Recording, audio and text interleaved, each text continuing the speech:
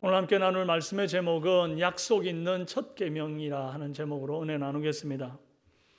오늘은 어버이날이면서 동시에 어버이 주일입니다.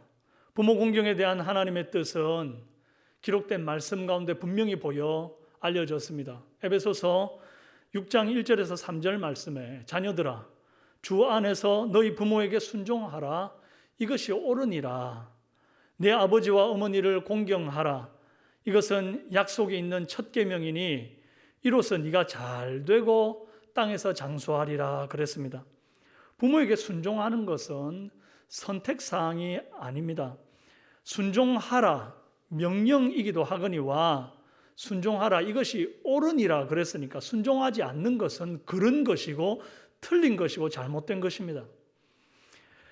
딱 한 가지 주 안에서 너희 부모에게 순종하라 그랬기 때문에 부모님이 행여 너 교회 가지 마라 예수 믿지 마라 하는 것까지도 순종해야 되는가? 그건 아니라는 것입니다.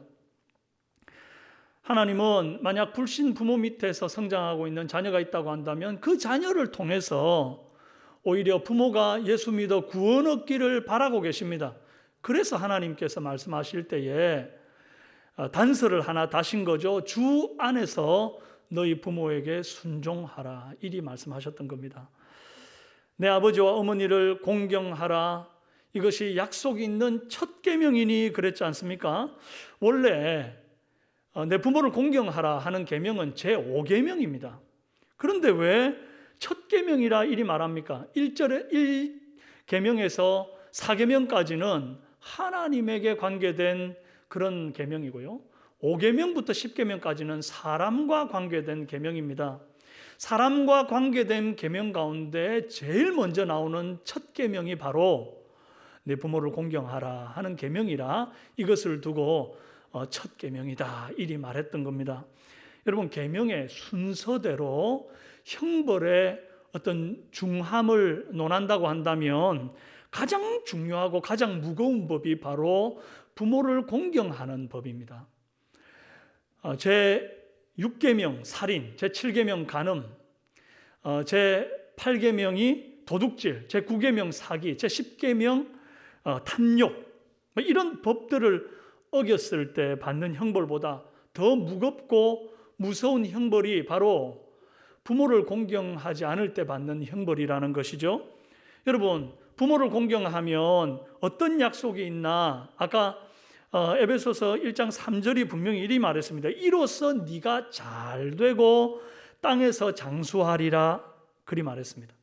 뒤집어 생각해 보면 부모를 공경하지 않으면 땅에서 뭘 해도 잘 안 되고 땅에서 단명하리라 이리 되지 않겠습니까? 실제로 유대인들은 살인자에게도 그 살인이 의도된 살인 그러니까 작정하고 살인을 한 경우가 아니고 실수로 혹은 우발적으로 일어난 그런 살인인 경우에는 도피성으로 피하여 누명을 벗길 기회를 줍니다. 그런데 부모에게 패역하고 불순종한 자식에 대해서는 살인자보다도 더한 극형을 언도했어요.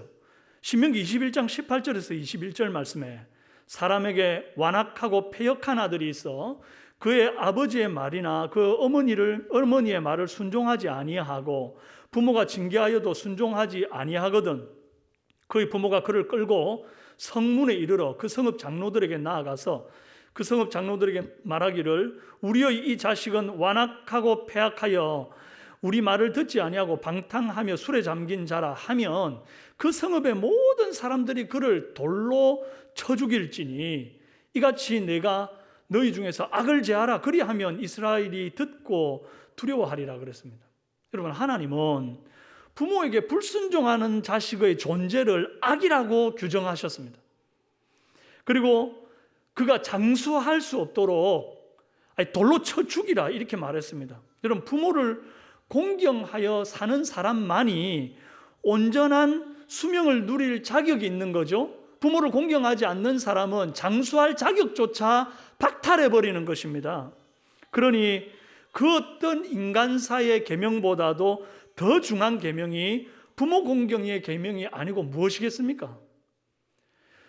가장 중요한 계명이라고 지금 사인을 주고 있는 겁니다. 저렇게 여러분 지금 집중하라고요, 여러분. 여러분 어떤 인간사의 계명보다도 더 중요한 계명이 부모 공경의 계명입니다. 그런데 우리는 사회법 어기는 것은 들키면 감옥에도 가고 벌금을 내고 그러니까 그건 너무 이제 두려워하고 조심하고 그러는데 정작 부모를 공경하지 않는 이 불순종의 죄는 여사로 여기는 경우가 있습니다. 왜냐하니 여러분 내가 불순종했다고 해서 부모가 어디 가면서 어디 나가가지고 우리 아들이 얼마나 불순종하는 줄 아니? 그러면서 막 자랑하듯이 떠벌리는 부모가 어디 있습니까? 그 자녀 얼굴에 먹칠하는 것도 그렇거니와 결국 내가 교육 잘못해가지고 내 자식이 나한테 그렇게 한다라는 말밖에 안 되니까 어디 가서 이 부끄러운 말을 못하는 거죠. 그러니 자식이 불효를 해도 그 불효를 어디 알리지를 않고 이게 덮어지니까 부모는 그냥 자식은 그냥 그래도 된다라고 생각하는 것 같아요. 불효하는 자식들이 주로 하는 말이 있습니다. 부모님이 도대체 나한테 해준 게 뭔데? 남들 부모는 이것도 해주고 저것도 해주고 잘하더만 뭐 이런 식으로 말하는 불효하는 자식들이 있습니다. 하지만 여러분 내 아버지와 어머니를 공경하라 하신 이 말씀에 이 공경하라는 단어의 의미를 잘 보면 우리가 좀 다르게 해석할 필요가 있는 것입니다. 이게 헬라어로 공경하라는 말이 티마오라고 하는 건데 내 아버지와 어머니를 티마오하라 이 말은 이 가치를 두다 이 말입니다. 티마오가 그러니까 내 아버지와 어머니에게 가치를 두라. 이게 아버지와 어머니가 나한테 뭘 해줘서 가치를 두는 게 아니라 그 아버지와 어머니의 존재 자체로 가치가 있으니 공경하라 이 말인 것입니다. 룻이 딱 그런 사람이에요. 시어머니 나오미가 뭘 해줘서 공경한 게 아닙니다. 나오미한테 지금 득볼 게 뭐가 있습니까? 룻이 받을 것도 아무것도 없고 이제 남은 것은 늙은 어머니를 복양하는 것밖에 없거든요. 부담만 안고 있는 거거든요. 그런데도 룻은 어머니의 존재 자체를 가치롭게 여기면서 그를 주 안에서 힘써 공양합니다. 그 때문에 이 에베소서에 말했던 그 약속의 말씀처럼 뭘 해도 잘 되고 장수하는 복을 누리게 돼요. 이 땅에서 장수하리라 이 말은요 신명기에도 기록된 바가 있습니다. 여러분 룻기에 등장하는 많은 우연과 마침 우연히 뭐가 되고 마침 뭐가 되는 이런 일들이 룻에게 아주 많이 일어나거든요. 이게 룻이 뭔가 술술 잘 풀리도록 역사하시는 하나님의 섭리, 하나님의 큰 손의 다른 표현입니다. 사실 인간에게는 우연이 있지만 하나님께는 우연이 없습니다. 크고 크신 완전하신 하나님께서 온 세상을 지금 정말 밀도 있게 완전하게 규모 있게 질서 있게 경영하고 있지 않습니까? 그 가운데서 우리에게는 마치 우연처럼 일어나는 딱딱 맞는 일들이 있기도 하고 이게 마침 내 앞에 일어나니까 이게 우연이고 마침이고 안 믿는 사람은 재수다 하고 이러는데 사실 이건 다 하나님의 놀라운 계획하심이고 섭리하심이거든요. 3절에 보면 룻이 가서 베는 자를 따라 밭에서 이삭을 줍는데 우연히 엘리멜렉의 친족 보아스에 속한 밭에 이르렀다라 그럽니다. 그런데 4절에 마침 보아스가 베들레헴에서부터 와서 베는 자들에게 이르되 그럽니다. 여러분 우연히 시아버지 엘리멜렉의 친족 보아스의 밭에 들어갔을 때에 마침 보아스가 와서 룻을 봤기 때문에 룻의 인생의 반전의 역사가 쓰여진 겁니다. 만약에 룻이 보아스의 밭에 들어갔는데 보아스가 내가 참 성실하고 일 잘하는 그 사환을 뒀으니까 나는 막 오늘은 좀 푹 쉬고 내일 갈란다 이랬으면 서로 어긋나는 겁니다. 못 만나고 아무 역사는 룻에게 일어나지 않는 거죠. 그러면 이제 룻이 다음 날 보아스의 밭을 떠나 또 다른 밭에 가가지고 굽신거리면서 좀 주면 안 됩니까? 사정하고 또 그 얼마 안 되는 이삭을 주워다가 그 겨우 근근히 연명하면서 살아야 했을지도 모르는 겁니다. 그런데 이상하리만큼 룻의 삶에는 이 우연히와 마침이 딱딱 들어맞는 것입니다. 그리고 그 덕분에 뭘 해도 막 술술 잘 풀리는 겁니다. 그렇다면 왜 하나님은 룻에게 이 우연히와 마침이라고 하는 하나님의 그 섭리와 간섭하심을 계속 룻에게 허락하십니까? 3절 이 앞뒤의 말씀을 잘 보면 약속 있는 첫 계명인 부모 공경을 이 룻이 참 잘했던 것을 알 수가 있습니다. 뭐 대단한 일은 아닌 것 같은데 하나님께서 참 예쁘게 보신 부분이 있어요. 그게 뭐냐 하니까 2절에 모압 여인 룻이 나오미에게 이르되 내가 밭으로 가서 내가 누구에게 은혜를 입으면 그를 따라 이삭을 줍겠나이다 하니 나오미가 이에 이르되 내 따라 갈지어다 그럽니다. 여러분 룻이 이삭을 주우러 나가는 장면인데 순서를 잘 봐야 해요. 나오미가 룻에게 먼저 가가지고 딸아 언제까지 이렇게 앉아 있을 거냐? 배가 고파 죽겠다. 너 지금 이제 밭에 나가가지고 이삭 좀 주워와가지고 우리 좀 먹고 살자. 이제 그만 좀 일어나거라. 그래서 나간 게 아닙니다. 룻이 부모를 공경하는 마음에서 자원하여 시키지도 않았는데 이삭 주우러 나섰습니다.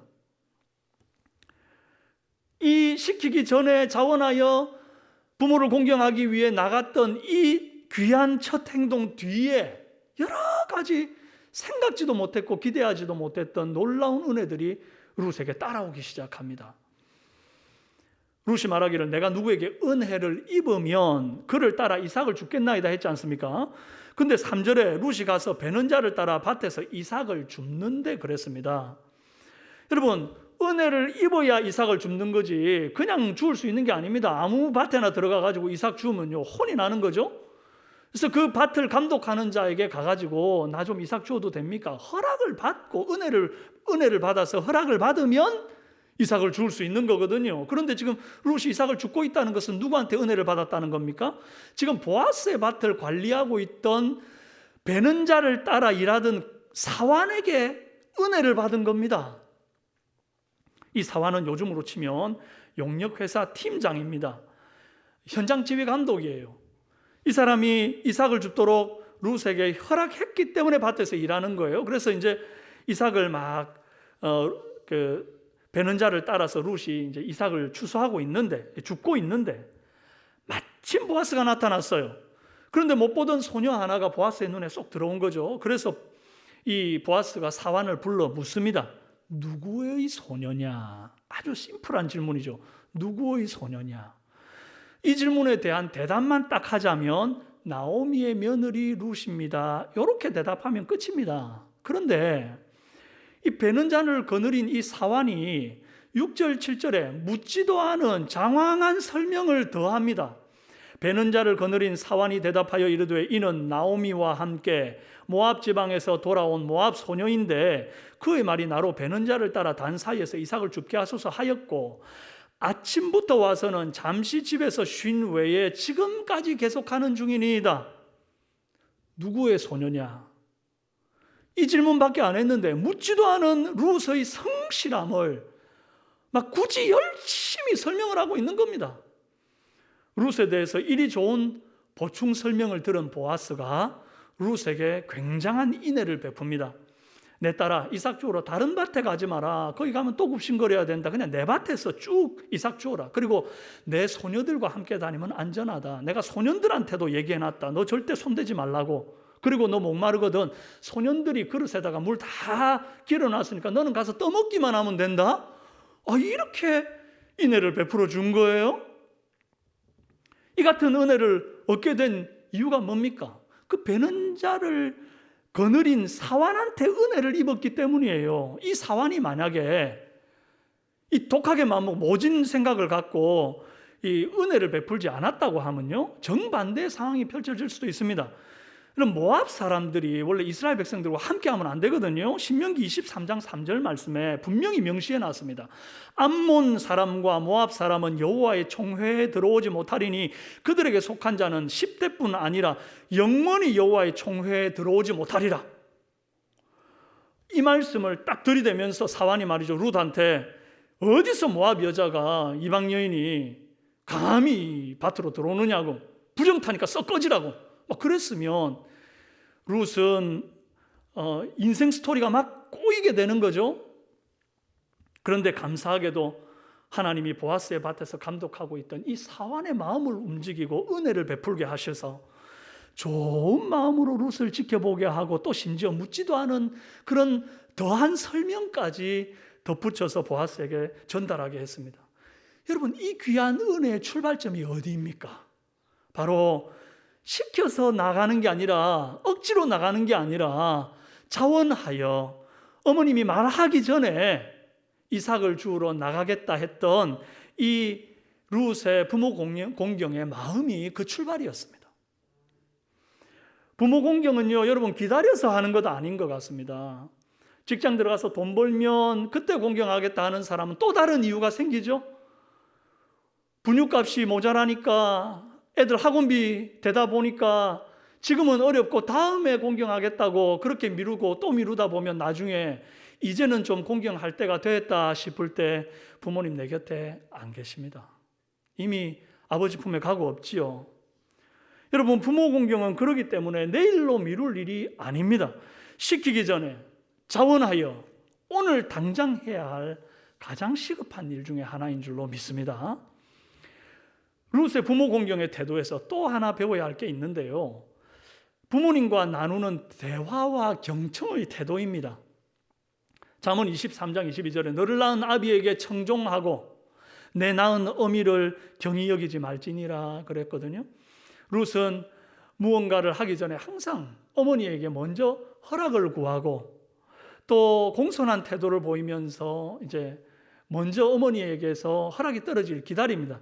뭐라 그러냐니까 나오미가 내 딸아 갈지어다 이렇게 말하니까 그때야 비로소 이삭을 주우러 룻이 나갔더랬어요. 이게 아무것도 아닌 것 같지만 이 작은 행동이 부모님을 굉장히 기쁘시게 합니다.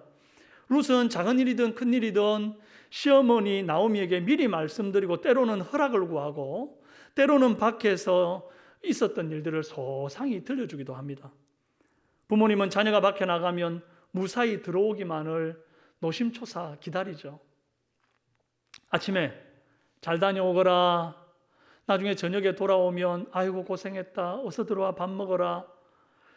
그렇게 이렇게 들어오고 나갈 때 뭐 애나 어른이나 이렇게 컸는데도 여전히 부모의 마음에는 그것이 궁금하고 또 확인하고 싶은 일들 중에 하나 아닙니까? 그래서 그때야 비로소 부모는 안심하게 되는데 요즘 사람들 뭐가 그리 바쁜지 눈 뜨면 밥도 먹는 동 마는 동 하고 막 그냥 아침에 인사도 안 하고 휙 나갑니다. 그러고는 퇴근 시간이 됐는데 들어오지를 않죠.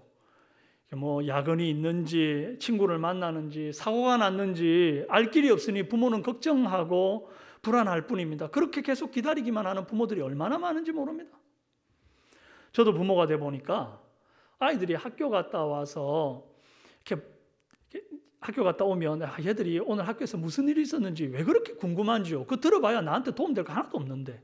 그래가지고 꼭 오면 하루도 빠지지 않고 묻습니다. 오늘 어땠니? 오늘 학교에서 무슨 일 없었니? 그럴 때 얘들이 아빠 오늘은요 이런 일이 있었고요 저런 일이 있었고요 얘가 이랬고 저랬고요 막 이렇게 얘기하면 그 괜히 기분이 좋아요. 굉장히 아빠를 존중해 주는 것 같고 제 마음이 막 좋아져요. 그리고 요즘 애들이 야 요렇게 사는구나. 요즘 애들은 이런 말하고 요런 관심사를 가지고 사는구나 싶고 세상 돌아가는 그런 일들을 아는 거예요. 세대 간의 차이도 좀 깨닫게 되는 거예요. 그런데 어느 날은 집에 들어와서는 아무 말도 없이 자기 방에 딱 들어가서 문을 닫잖아요. 그러면 아이고야 얘가 무슨 일이 있는 것 같다 싶어가지고 더 마음이 쓰이고 자꾸 캐묻게 되고 막 그렇더라고요. 사실 자녀들이 밖에서 있었던 일들 요즘 자기가 느끼고 있는 관심사들을 얘기하면 그게 다 부모에게는 기도 제목 아닙니까? 룻은요 밖에서 일어난 일들을 집에 들어오면 어머니에게 소상하게 알려주는 사람이었습니다. 룻기 2장 19절에 시어머니가 그에게 이르되 오늘 어디서 주었느냐 어디서 일을 하였느냐 너를 돌본 자에게 복이 있기를 원하노라 그랬더니 룻이 누구에게 일했는지를 시어머니에게 알게 하여 이르되 그럽니다. 이거 중요합니다. 시어머니에게 뭐 했다고요? 알게 하여 이르되. 어머니 몰라도 돼요. 말해봤자 모르시잖아요. 근데 제가 다 알아서 할게요. 이제 제가 이만큼 컸지 않습니까? 이렇게 말씀하시는 거는요 부모님으로 하여금 진짜 섭섭병 들게 만드는 일이죠. 알게 하여 이르되. 이거 참 중요합니다. 제가 예전에 어떤 권사님이 그 자녀들이 이제 위한다고 그러니까 폴더폰 쓰던 어머니한테 이제 새로운 최신 스마트폰을 사준 거예요. 그러고는 어떻게 쓰는지 그 사준 날 열심히 설명해주고 갔어요. 그런데 한 번 들으니 이게 이해가 됩니까? 전화를 걸고 싶은데 어떻게 전화해야 될지도 모르겠고, 문자를 보낼 수 있다는데 어떻게 보낸지도 모르겠고, 뭐 인터넷으로 세상 돌아가는 것도 볼 수 있다는데 그것도 모르겠고, 음악도 듣는다는데 도대체 어떻게 하는지 모르겠다는 겁니다. 그래서 제가 그 권사님한테 어느 날 시간을 내가지고 권사님 제가 요거 한번 설명해 드릴게요. 그러고는 하나하나 설명해 드렸어요. 한 번에 잘 못 알아들으시니 또 설명하고 몇 번 반복해 드렸더니 금방 따라 하시더라고요.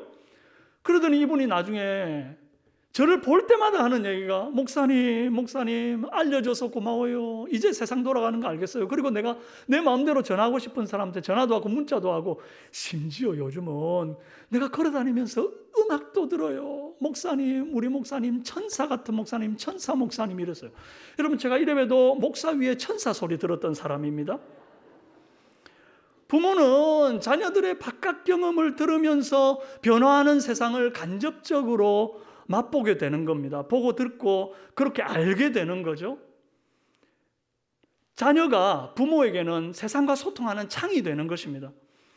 또 그때 들은 자녀의 상황을 기억하면서 자녀를 위한 기도 제목으로 삼고 기도하는 것이죠. 그 말들, 자녀가 미주알 고주알 자기 삶을 얘기한 것이 다 자기 머리 위로 부모의 기도가 축복이 되어 돌아갈 것인데, 그거 귀찮다고 해서 되겠습니까? 요즘 젊은이들은 뭐 밖에서 뭘 하고 다니는지 집에 들어와도 부모에게 말을 안 합니다. 밥은 먹었니? 요즘 뭐 공부는 열심히 하고 있니? 직장 준비는 잘 되어 가니? 사귀는 사람은 있니? 회사는 잘 되어 가니? 건강은 좀 어떠니? 물어보면요, 다들 예, 아니요, 단답형으로 얘기해요. 그것도 아니면 잘 모르겠는데요. 그저 그래요. 너무 무성의하게 모호하게 얘기를 하니까 참 부모의 마음은 답답하고 더 이상 소통이 안 되는 거죠. 가만 보면 부모를 공경하는 것이 멀리 있지도 않고 그리 크고 대단한 일도 아닙니다. 그냥 나가면 나간다, 들어오면 들어왔다, 이거 알려드리고 인사하고, 또 오늘 밖에서 이런 일이 있었어요 한마디 이렇게 해드리고, 그러면 부모님이 얼마나, 그거 아는 게 아무것도 아닌 것 같아도 그 알게 하는 것 때문에 부모님은 기쁨을 누리고, 그것이 부모를 공경하는 일이 되더라는 겁니다. 우리 삼성의 자녀들은 무슨 일을 하기 전에 부모님께 꼭 말씀드리고 허락을 구할 때도 있고, 또 때로는 멀리 떨어져 있는 여러분의 그 부모님에게 핸드폰으로, 요즘 화상 얼마나 좋습니까? 화상폰으로 손주 손녀들 크는 모습도 좀 보여주고 재롱도 한번 들려줘가지고, 그 별것 아닌데 그 어르신들 보면 늘 하는 게 있지 않습니까? 이거 한번 보라면서 손주 손녀 자랑하는 거예요.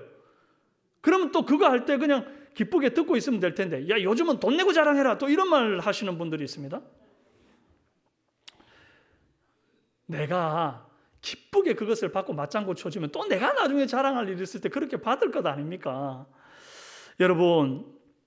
여러분이 사시면서 종종 경험하는 여러 가지 사건들, 바깥 이야기들, 손주 손녀 크는 얘기들, 별것 아닌 그 소소한 얘기들을 살아가면서 부모님들에게 자주 들려드리고 알려드리시기를 바랍니다. 그런 공경의 사람들 다 되시기를 부탁합니다. 이제 룻에 대한 이 사완의 친절하고 애정어린 설명을 들은 보아스가 룻을 대하는 태도를 좀 봐야 됩니다. 10절에 룻이 보아스의 친절에 너무 황송해가지고 엎드려 얼굴을 땅에 대고 절하며 그에게 이르되, 나는 이방 여인이거늘 당신이 어찌하여 내게 은혜를 베푸시며 나를 돌보시나이까, 그럽니다. 야, 이 모압 여인이라고 구박을 당해도 뭐 할 말 없을 텐데, 다른 밭에는 가서 네가 굽신거리질 필요 없다, 내 밭에서 쭉 그냥 이삭 주어라, 그 소녀들과 함께 다니면 안전하다, 물 네 맘대로 먹어라, 막 엄청나게 이렇게 배려하고, 심지어 나중에 집에 갈 때 그냥 가지 마라 그러면서 막 보리를 몇 대 데워주고 막 이러니까, 도대체 이 극진한 친절과 이 인애가 도대체 무슨 이유인가 싶은 거예요. 그러니까 어찌하여 내게 은혜 베푸시나이까 이러는 겁니다. 여러분, 왜 보아스가 이방 여인 룻에게 이토록 과도한 친절, 과도한 인애를 베푸는 걸까요? 그 힌트를 룻기 4장 18절에서 22절에 기록된 보아스의 족보에서 발견할 수 있습니다. 조상과 부모로부터 받은 훌륭한 유산이 이 보아스에게 있었던 겁니다. 룻기 4장 18절에 베레스의 계보는 이러하니라 그래요. 원래 족보를 말할 때에 부끄러운 이력의 조상들을 막 자랑하는 사람은 없지 않습니까? 이시성을 가지신 분이 우리 조상은 이방원이에요. 이런 들었다리 저런 들었다리 잘 아시죠? 그 간사하신 분, 뭐 이러는 분이 어디 있습니까? 다들 자랑할 만한 분, 그런 분들을 자기 조상이라고 내세우는 것 아니겠어요? 오래전에 이제 목회자들 모인 자리에서 한 목사님이 어떻게 얘기하다 보니까 자기 조상 자랑하는 얘기가 나왔는데 한 전모 목사님이 그러더라고요. 우리 집안은 전몽준, 녹두장군 전몽준 집안이에요. 그런 훌륭한 가문이에요. 이러니까 그 옆에서 박모 목사님이 아이고 뭐 그 정도 가지고 그러느냐고. 우리 집안은 메이저리그 박찬호 가문이라고. 이런 얘기하더라고요. 다들 빵 터졌습니다. 그런데 여러분 이 베레스의 계보에는 그렇게 자랑할 만한 인물이 없습니다. 베레스가 뭘 했는지 성경 어디에도 기록이 없어요. 단지 창세기 38장에 그의 출생의 비밀만 살짝 기록되어 있을 뿐입니다.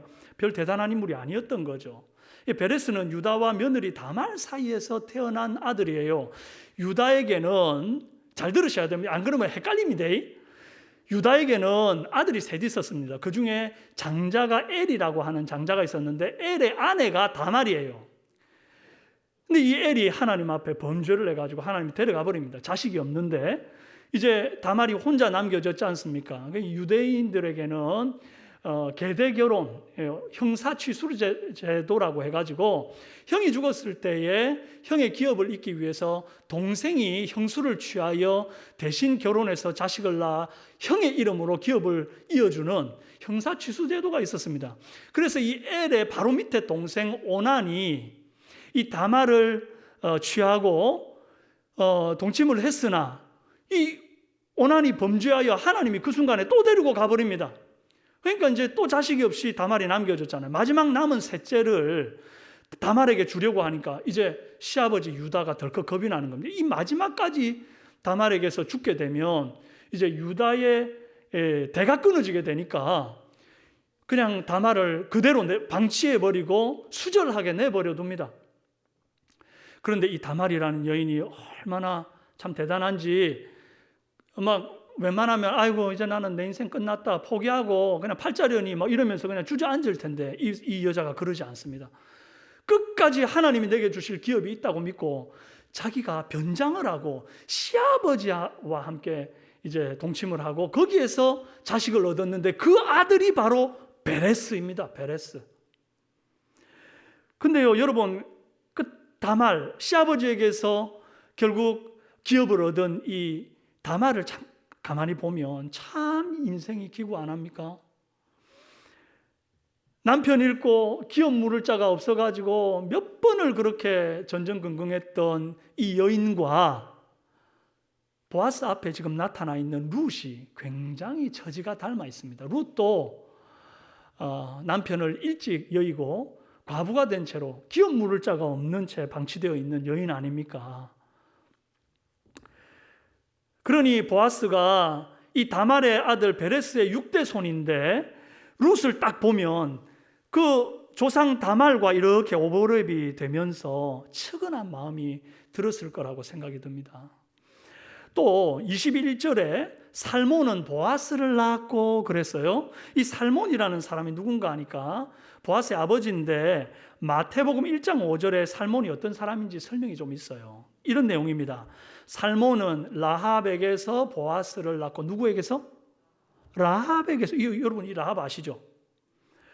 보아스는 룻에게서 오벳을 낳고 오벳은 이세를 낳고 이세는 다윗 왕을 낳았다. 이게 지금 마태복음 1장 5절에 있는 말씀인데 이 계보가 그대로 지금 룻기 4장에 있지 않습니까? 그러니까 이 살몬이 라합의 남편 살몬과 동일 인물인 겁니다.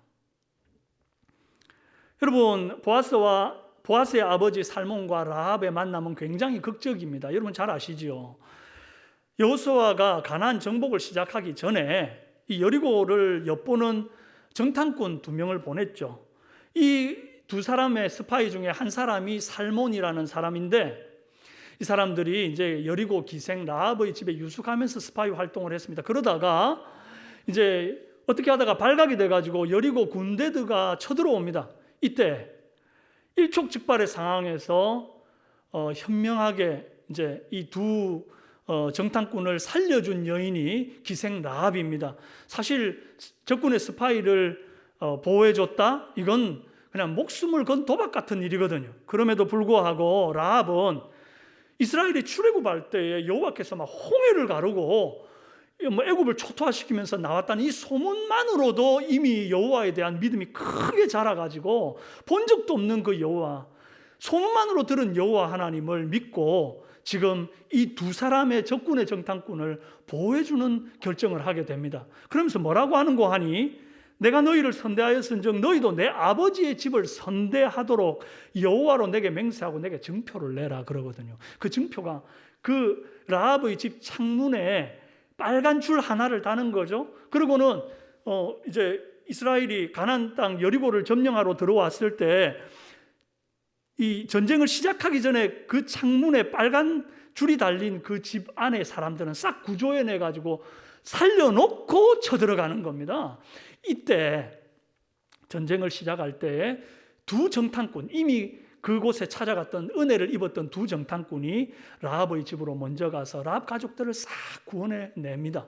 그리고 이 사람들이 다 이스라엘로 귀화를 합니다. 여러분, 라합과 이 두 정탐꾼은 서로가 서로에게 인애를 베풀었고 서로가 서로를 구원했습니다. 이때 비록 이방인이었고 기생이었지만 믿음이 좋고 신앙의 담력이 탁월한 이 라합을 가치롭게 본 남자가 있었는데 그 두 정탐꾼 중에 한 명 살몬이었습니다. 살몬이 라합에게 프로포즈해서 결혼하고 낳은 아들이 보았어요. 그러니 보세요, 용감하고 믿음 좋은 여리고 기생 라합이 엄마고 또 이방인이라는 신분, 기생이라는 핸디캡 따위는 보지도 않고 오로지 믿음 하나로 여인을 아내로 맞이하기로 결정했던 이 매력적인 남자 살몬이 보아스의 아빠인 거죠. 이 둘 사이에서 태어난 사나이가 보아스인 거예요. 이렇게 베레스 계보부터 쭉 살펴보니까 보아스가 이방 여인 룻에게 과도하리만큼 친절과 인애를 베풀었던 그 이유가 좀 보입니다. 부모 교육에 영향이 있었구나, 힌트를 얻게 되는 거죠. 보아스는 요즘으로 말하면 이 다문화 가정 출신입니다. 가나안 여인 엄마 그리고 이스라엘 아빠 둘 사이에서 태어난 혼혈입니다. 하지만 그것이 보아스의 성장 과정에서 마이너스 요인이 아니라 오히려 플러스 요인이 된 거예요. 그는 부모의 교육 덕에 유력한데 겸손한 사람, 힘이 있는데 부드러운 사람, 가진 건 많은데 약한 자를 돌볼 줄 아는 사람, 유대인이지만 오히려 이방인들을 긍휼히 여길 줄 아는 사람으로 성장한 거예요. 4절에 보면요, 이 보아스가 룻한테만 잘한 게 아닙니다. 보아스가 베들레헴에서부터 와서 베는 자들에게 이르되 여호와께서 너희와 함께 하시기를 원하노라 하니 그들이 대답하되 여호와께서 당신에게 복 주시기를 원하나이다 하니라 그래요. 그럼 보아스가 왔는데 인사를 누가 먼저 하는가 봤더니요, 보아스가 일꾼들한테 인사를 먼저 합니다. 일당 받는 일꾼들이 이제 그 주인이 왔으니까 인사를 먼저 해야 될 것 같은데 그렇지 않아요. 보아스가 먼저 인사를 합니다. 그리고 인사를 할 때도 보면, 야, 뭐 하고 있어? 지금 해 떨어지기 전에 빨리빨리 추수해야지. 얼른 열심히 일해. 막 이러면서 채근하고 닥달하고 이러지를 않고요. 첫 마디의 인사가 이렇습니다. 여호와께서 너희와 함께 하시기를 원하노라. 약한 일용직 노동자들한테 말이죠, 보자마자 먼저 인사하면서 여호와께서 너희와 함께하길 원한다는 축복을 합니다. 얼마나 약자에 대한 배려심이 많은 사람입니까? 이 차별 없는 사랑과 관용이 다 어디에서 왔는가 봤더니 그 어머니 라합과 라합의 핸디캡을 안중에도 두지 않고 믿음으로만 그 여인을 선택했던 탁월한 남자 아버지 그 살몬을 닮은 거예요. 보아스의 축복이 이제 그 일꾼들한테 딱 먼저 갔지 않습니까? 그랬더니 일꾼이 이제 보아스를 되려 축복을 해요. 서로 주거니 받거니 이러는데 여호와께서 당신에게 복 주시기를 원하나이다 이러면서 일꾼이 보아스한테 또 복을 돌립니다. 이 복이요, 보아스에게 그대로 임해가지고 보아스에게 놀라운 복이 왔어요. 어떤 복입니까? 룻이라고 하는 현숙한 여인을 아내로 맞는 복이에요. 또 하나는 아들 오벳을 얻어가지고 다윗 왕의 증조 할아버지가 되는 가문의 복을 받게 됩니다. 이 베레스의 족보를 보면서 깨닫게 되는 단순한 진리가 있습니다. 그게 뭘까요? 바로 한 가정에 아빠가 믿음이 좋든지 엄마가 믿음이 좋든지 둘 중에 하나는 믿음이 좋아야 한다는 것입니다. 보아스처럼 아빠가 막 능력 있고 막 척척 벌어다 주고 막 신앙도 좋고 교회 기둥같이 쓰임받고 자녀도 믿음 안에 키우고 막 이러면 좋죠. 뭐 더할 나위가 없죠. 그런데 그렇지 못한 가정들이 들어있지 않습니까? 그럴 경우에라면 적어도 엄마라도 믿음이 좋아야 한다는 겁니다. 다말같이, 라합같이, 룻같이 연약한 여인의 몸이지만 자신의 그 박복한 인생을 팔자나 운명으로 치부하지 않고 끝까지 하나님 앞에 매달려 기도로 신앙으로 그 길을 헤쳐나가는 그런 강력한 신앙의 엄마가 되어야 하는 것입니다. 이런 강인한 믿음과 영성의 여인들이 패밀리 라인을 형성할 때에 그 끝자락에서 비로소 다윗이라고 하는 성군이 나오는 것입니다. 오늘 우리 삼성의 아버지들은 살몬처럼 보아스처럼 포용력 있고 인격적이면서 약자를 돌아보는, 그러면서도 힘있고 또 기둥같이 쓰임받는 그런 사명자들이 다 되시기를 바랍니다. 또 우리 삼성의 어머니들은 다말, 라합, 룻을 능가하는 강인한 믿음의 사람들이 될 뿐 아니라 다음 세대에 이 아름다운 신앙을 대물림하고 전수해 줄 수 있는 영적 의미가 다 되시기를 바랍니다. 오늘 우리는 룻기를 살펴보면서 우연과 마침이라고 하는 하나님의 큰 선과 그 섭리를 통해서 뭘 해도 잘 되는 라합을 보았습니다. 뭘 해도 잘 되는 룻의 삶을 보았습니다. 이 모든 은혜의 출발은 시켜서 억지로 하는 게 아니고 자원하는 마음으로 이삭을 주우러 나가서 어머니를 공양하겠다 했던 그 룻의 그 부모 공경의 마음으로부터 출발했다는 것입니다. 나갈 때 들어올 때 꼭 부모님께 인사드리고 귀찮다 바쁘다 말고 요즘 살아가는 얘기 부모님께 자주 알려드리는 그런 은혜 있기를 바랍니다. 그래서 부모가 내가 알려드리는 모든 소식들, 그런 이야기들이 당신의 기도 제목이 되어 여러분들의 정수리 위로 다 돌아가기를 바랍니다. 내 아버지와 어머니를 공경하라. 이것은 약속이 있는 첫 계명이니 이로써 네가 잘 되고 땅에서 장수하리라. 여러분, 인생이 잘 풀리기를 원한다면 부모 공경이 답입니다. 땅에서 건강하게 장수하기를 바란다면 부모 공경이 답입니다. 또 내 자녀가 부모된 나를 공경하는 자녀로 성장하기를 원한다고 한다면 여러분이 지금 여러분의 부모에게 잘하시기를 바랍니다. 지금 바쁘다고 늙으신 부모님 찾아뵙지도 않고 자주 연락도 안 하고 그러면요, 그 모습을 내 자녀들이 다 보고 나중에 나한테 연락도 안 하고 관심도 안 가지는 겁니다. 그래도 되는 줄 아는 거죠. 그러나 지금 저와 여러분이 약한 자에게 예의 바르고 선대하는 모습, 축복하는 모습, 피부색이나 나라, 언어 뭐 이런 게 다르다고 해서 차별하지 않고 따뜻하게 대하는 모습, 무엇보다 늙고 병들고 약해진 부모님을 돌보는 그런 모습을 내 자녀들에게 보이면 그것이 자녀들에게 훌륭한 교육이 되어 여러분에게 다 돌아올 줄로 믿습니다. 부모 공경은 다시 말씀드리지만 약속 있는 첫 계명입니다. 하나님이 분명히 축복을 약속하셨습니다. 뭘 약속했었어요? 잘 되게 한다고요. 막 술술 풀리게 한다고요. 장수하는 복의 주인공 다 되시기를 바랍니다. 또한 삼성의 모든 자녀들이 이같이 부모를 공경하여 약속한 축복의 주인공이 되고, 또 우리 삼성의 모든 부모들은 다음 세대들에게 부모 공경의 아름다운 교육을 대물림해 줄 수 있는 믿음의 조상들이 다 되기를 주님의 이름으로 축원합니다. 함께 한번 기도하겠습니다.